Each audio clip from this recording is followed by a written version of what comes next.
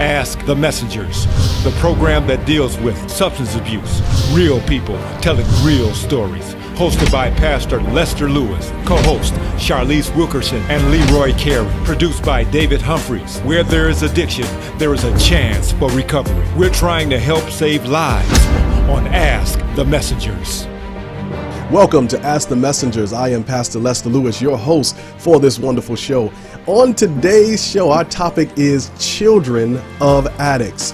And we're going to be dealing with and talking about parents, is it your fault? And with me today, I have some of the Ask the Messengers staff, and they're going to share with you how they are uniquely qualified to talk about this particular topic. I want to introduce three of our members of our staff.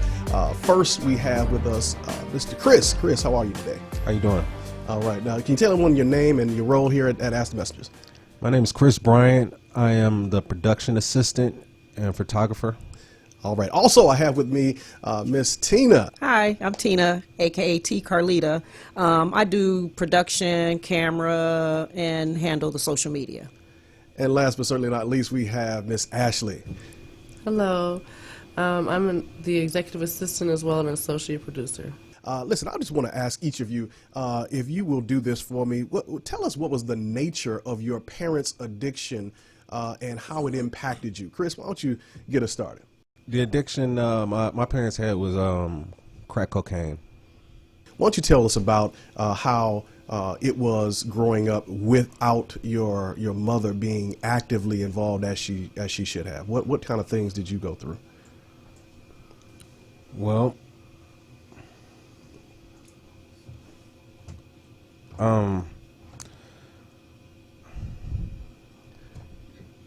Ashley, how about you? Would you tell us about what was the addiction that your parent had and how it impacted you?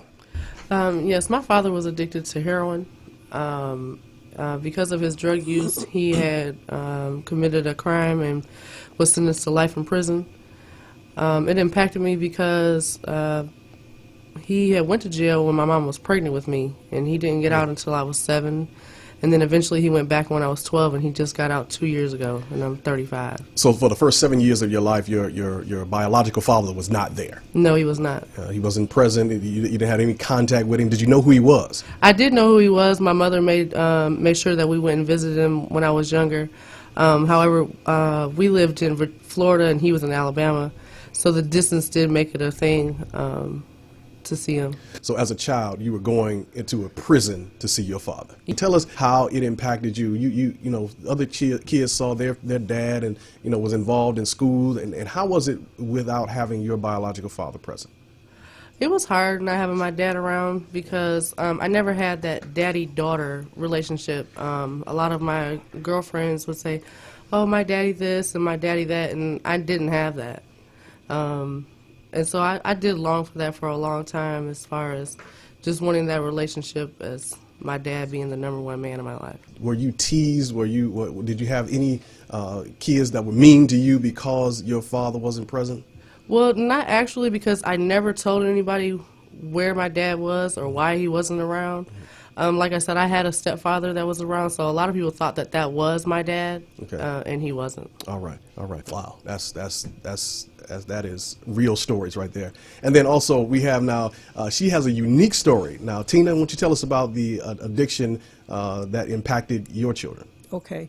So for me, listening to their stories as a child, now that I think about it in hindsight, there was some addiction in the household as I was growing up, because there was always drinks, there was always paraphernalia around the house. And as a kid, I guess because we really didn't know it, we didn't know we were children of addicts, so I guess I would qualify for that too. But for me, mostly though, I was the parent of the kids that have the father that was the addict. So that's where my story more so is, because as a child, we didn't experience neglect as most people do. I mean, we had the normal childhood. The parents went to work, but they partied. And I mean, when they partied. But I didn't realize that the addiction, and that's the beauty of this show, is to help deal with those things that come up in your past life that you don't even really realize it affected you. So it has affected me. Maybe that's why I picked an addict as a husband. I don't know. So it's good that this show exists for those reasons like that too. All right. How did you explain to your children, or did you explain to your children, that their father was an addict? Well, the backstory is, because I grew up in a sheltered household, I didn't even know what addiction was. I didn't know what drugs was. I didn't know nothing about crack. I was very sheltered and naive. So when I met this person, we were entertainers. We did our thing and we met. So I really didn't know that drugs was what it was until later on. But the thing was, I think I didn't tell the kids about it because they were infants. They were children. They were babies. So it wasn't really like they needed to know, or at least I felt like they didn't need to know, which I don't know. I wish I had told them more about it as they got older, and then they learned on their own anyway. So how has it impacted them going forward? Do you see any results of their father not being present and you having to parent them on your own? Absolutely. So to be perfectly honest, like I said, my husband at the time, he was an entertainer, like very famous, known in Detroit. He was part of the Jamerson family. I just put it out there. James Jamerson, bass player Motown, was his dad. So he followed kind of in his dad's footsteps. And now he actually, unfortunately, died in his addiction. He died at age 39. He was in and out of his kid's life. He never did drugs in the house, so that's why it was easy not to even talk about it, because he went what they call go on a binge. Like if he was missing, he was missing. But when he was at home, he was dead. When he was out in the streets, he was out in the streets. But as the kids got older, my son, Derek Jr., actually, after he passed, he went to where he moved out of state. I guess kind of like, I don't know if it was one of those, let me seek my dad's pathway or whatever. And now he struggles, not with hard drugs, but he struggles with alcohol, like seriously. Okay, listen, we're going to come back because you got some, I know you got some more to tell, and we want all of you, don't go anywhere. We're going to be right back with more from the Ask the Messenger staff and children of addicts. Please don't go anywhere. We'll be right back. Ask the Messengers, the program that deals with substance abuse, real people telling real stories. I've tried suicide because there were times that I did want to get high but didn't know how to stop. I could just remember walking up a street and just want to just run out in front of a bus. The fear of being judged because I had been judged all my life. Actually, I'm standing at the bus stop waiting on the bus to come up any street. And I just want to jump out in front of it. Where there is addiction, there is a chance for recovery. We're trying to help save lives on Ask the Messengers. After receiving a delinquent property tax bill for the 2 lots connected to my home, I was concerned. I didn't even know that I had a past due bill. I went down to the Wayne County Treasurer's office, and the staff worked with me to keep my property out of foreclosure. My property taxes became delinquent after I fell behind on my bills. Treasurer Sabri and his staff came to the town hall in my city and provided information about resources available to help me. At the meeting, I found out about payment plan options. Let us help you. Our goal is 0 owner-occupied properties getting foreclosed and going to the auction.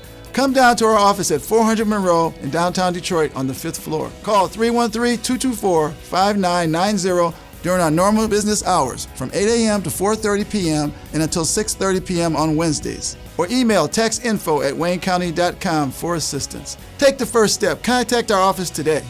It worked for us. Looking for a rewarding career in healthcare? Advantage Living Center has partnered with Odyssey Educational Center. Upon completion of your CNA program, immediate employment is available. AMG has homes on the east side and west side of Michigan, as far as Armado and Battle Creek. So come be a part of our team. Enroll now at Odyssey Educational Center. Become a certified nursing assistant by taking our 3-week program, or enroll to become a hemodialysis technician in our 10-week program. Your new career begins at Odyssey. First time I tried Vicodin, it was laying around my mom's house. I didn't know they'd be this addictive. I didn't know how far I'd go to get more. Opioid dependence can happen after just 5 days. Know the truth, spread the truth.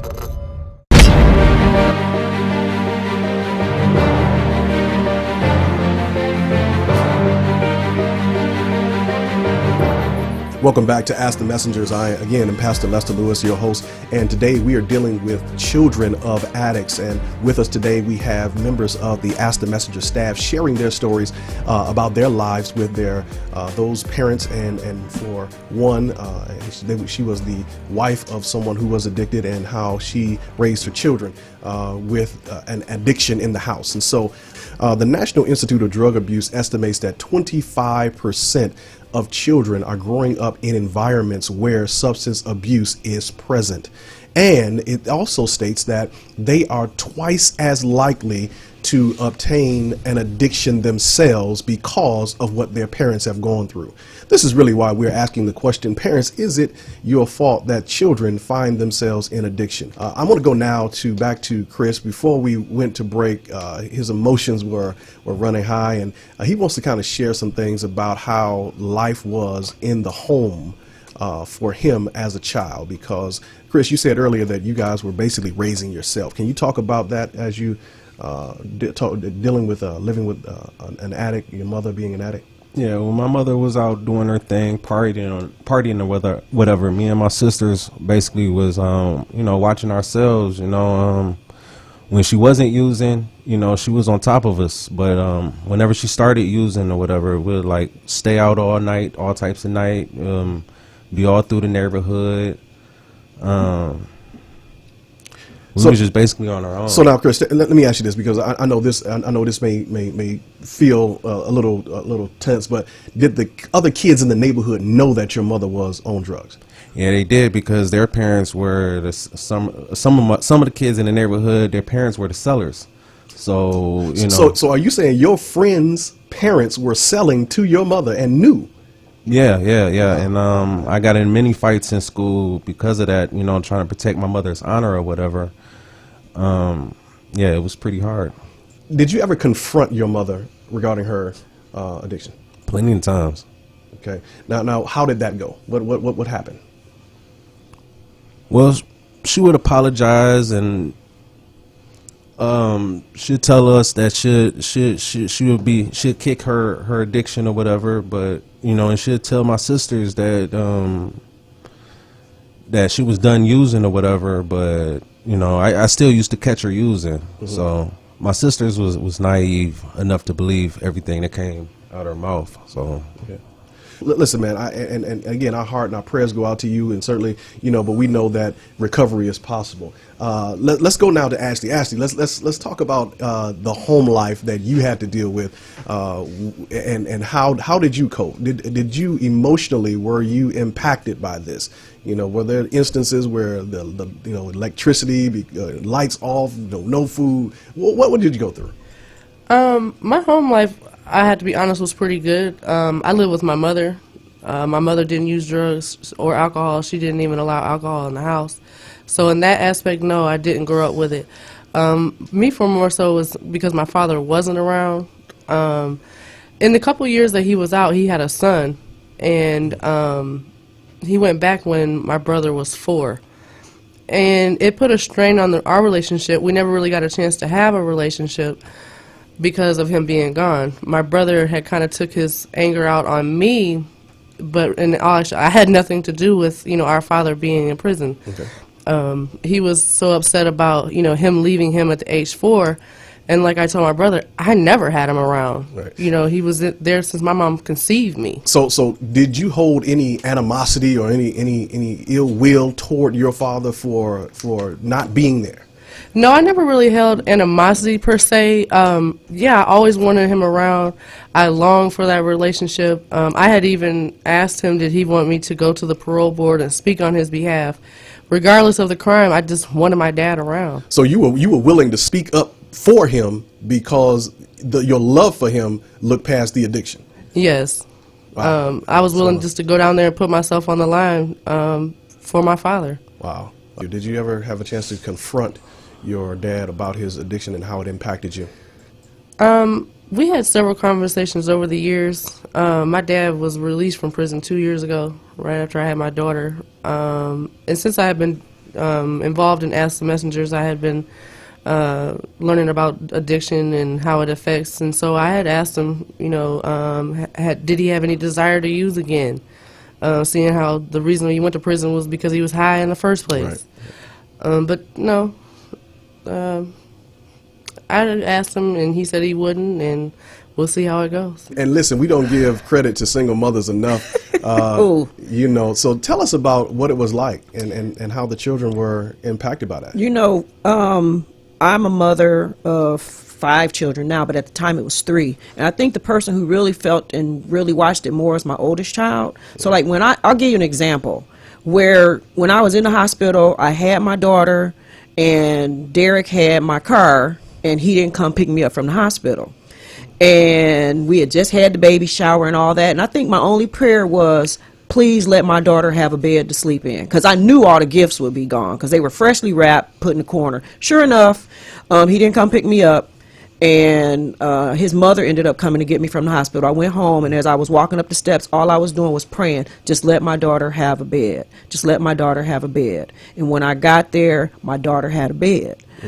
All the other stuff was gone, but my daughter had a bed. So it was like, it was so many situations like that. I mean, I had to do what I had to do. I mean, grandmothers picked in, and, you know, we all knew he had problems. The grandmas would come in and bring food because, you know, I was a single mom, wasn't working, or he wasn't working. When he was binging, he wasn't working. But the bill still had to be paid. And so grandmas would step up and friends would step up. And I mean, even some of the drug dealers, like I would be going out looking for them and they'd be like, girl, you crazy. And they would come and drop off food too. So like the community helped the single mom in those instances because he was well known too. So that might have made a difference too. But the community of the addicts, the drug dealers, the dope dealers, the grandmas and inner circle friends, they picked up and helped me out. Ask the Messenger staff. Listen, you've got a message. What is that message to each one? Tina, let's start with you. All right. As a woman, we pick and choose who we pick and choose, but we're not responsible for the results or the actions of that person. The only thing that we can do as a mother, we protect to the best of our abilities. But once you become aware of what's going on in the household, it's our duty as the mom to make sure those kids are taken care of at all costs. So the one that's not using, if you're with somebody that's using, you either figure out a way to get out or you figure out a way to work it out, one way or the other. It's up to you, because these children, as Derek's grandmother used to say, these babies did not ask to come here. They are just loaned to us by God. And it is our responsibility and our duty to protect them at all costs, be ye the mother or be ye the father. So whoever has the most level head in the relationship, it's really up to you to carry the load. Go ahead and preach, Tina. Ashley, what's your message? I wanted to speak to the children. Just because your parents may go to prison because they're on drugs, that doesn't mean that your life has to be defined by that. You choose your own path. I chose my own path. I'm not on drugs. I haven't been to prison, and I just hope to continue on that with my child. All right, thank you for that message. Come on, here's the big one right here. Chris, tell us what you have to say. My message is that you don't have to use just because your parents use. That's my message. All right, so you don't have to follow in those steps, and we just want you to know, parents, listen to this. We were asking the question, is it your fault? This is a great conversation, and we can see that you all were impacted by those addictions, and they altered some of the courses of your life. And so the real question is, parents, is it your fault for the things that others are going through because of these addictions and how it impacts their lives going forward? Listen, we're going to be right back with more, and we're going to wrap up in just a moment. Don't go anywhere. Ask the Messengers. We'll be right back. Changing an addict's life and providing support to the addict's family is the goal of the Live Right Structured Recovery Corps. Here are their free February events coming up. Dialectical behavior therapy on Wednesdays, spiritual recovery and yoga classes on Thursdays, physical and nutritional education class on Fridays, and Narcan training. Live Right also accepts donations of cars, trucks, boats, and campers in any condition. Again, for more information and a complete list of their events, go to their website at liverightstructuredcorp.com or call 586-217-5899. Life short, live right. Welcome, Judge Mathis. Thanks for coming to share an important message with the Wayne County taxpayers. Well, thank you for allowing me to help. You know, most of my life I was a resident of Wayne County, and so I'm here to help because Treasurer Shabri wants to work with Wayne County homeowners to keep families in their homes and prevent foreclosure. If you're having trouble making your property tax payments, let us know. We have many resources to help. Take the first step towards staying in your home by going down to the Wayne County Treasurer's office on the 5th floor of the International Building in Greektown. Stop by today to learn more about our payment plans and especially the newly extended interest rate reduction program. Already in the payment plan? It's important you stay in good standing. Making property tax payments is now easier than ever. We have placed payment kiosks in Rite Aid stores and community centers across the county. We've also added kiosks in our offices. Contact us at 313-224-5990 or email us at taxinfo@waynecounty.com. They gave me Vicodin after my knee surgery. I didn't know it would be this addictive. I didn't know how far I'd go to get more. Opioid dependence can happen after just 5 days. Know the truth, spread the truth.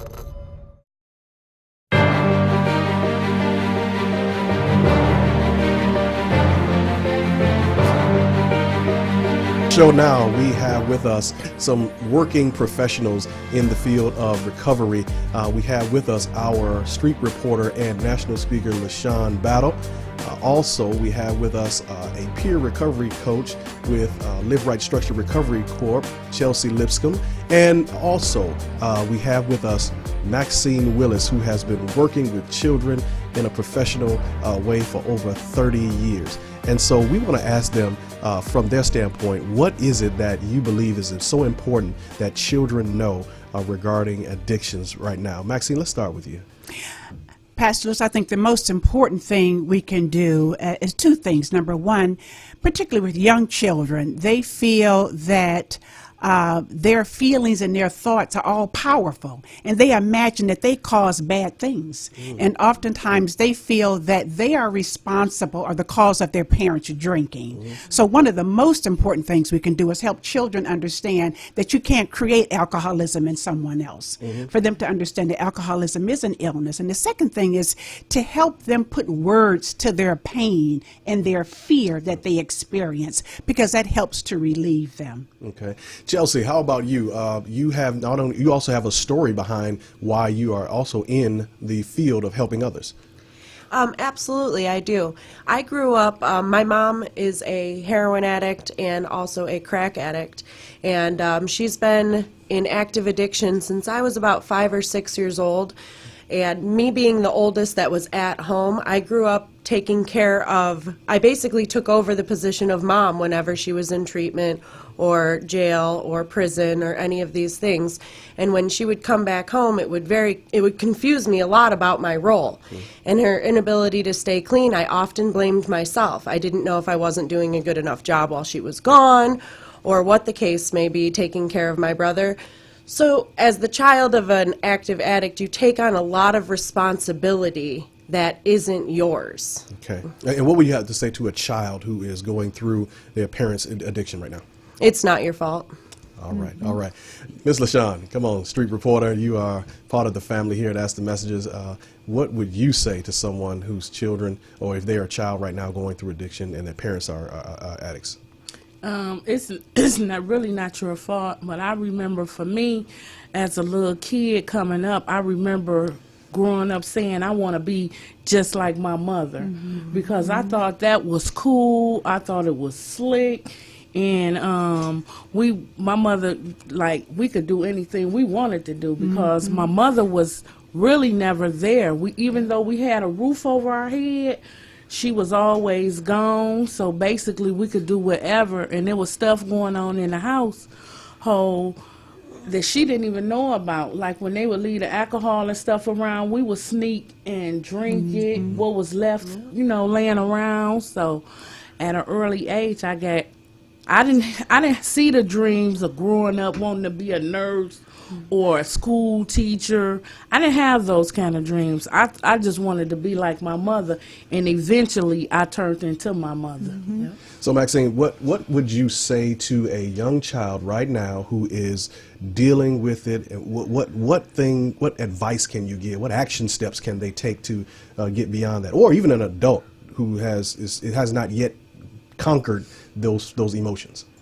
Well, the first and most important thing in that is to understand self-awareness. It starts with loving yourself and understanding that alcoholism is an illness, it's a disease, and that it's okay to ask for help.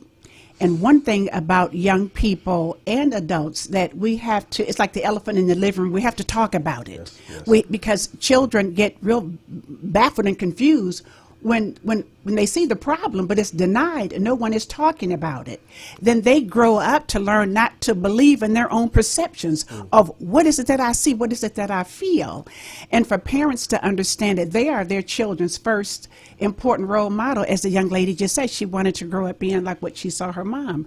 And that's what happens. That's why it's so important that as parents, as adults, as young people, that's why I salute and support shows like Ask the Messengers, because it's all about getting the information, understanding the disease of alcoholism and drug addiction. That is the critical part. All right. And Nashawn, what would you say to that child that is thinking that life is wonderful or they're able to do what they want to do right now? What would you say to them? Don't believe what you see. You know, one thing about life is when you get out there in them streets not going to play with you. They is not going to hold you up. So I would say to find somebody that's on the right track, that's focused, that could help you, because this bigger stuff out here. I'm living a dream today. I'm doing stuff that I would never have imagined. Listen, we want to thank each and every one of these working professionals, and in their own right, they have the experience to stand behind what it is that they have shared with you. And we just want you to know, parents, listen to this.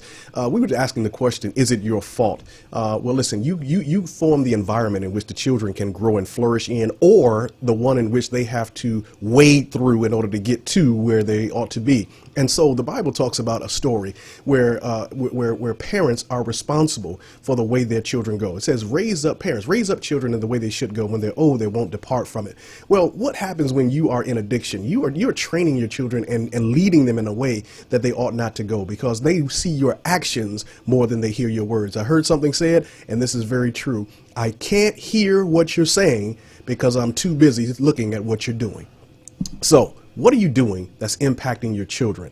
And if you are doing the right thing, you're helping them go in the right direction. Listen, we just want you to know, Ask the Messengers is here to share these real stories. And at any time, you can call us and contact us. Make sure you go to our website and find out if you need help. We have meetings at our location. And also, we want you to know that we need your help in keeping this message going forward. Won't you consider supporting us with a monetary donation of any size? And we will be so glad for you being partners with us in this process. Thank you for tuning in to Ask the Messengers. And again, real people sharing real stories. Recovery is possible.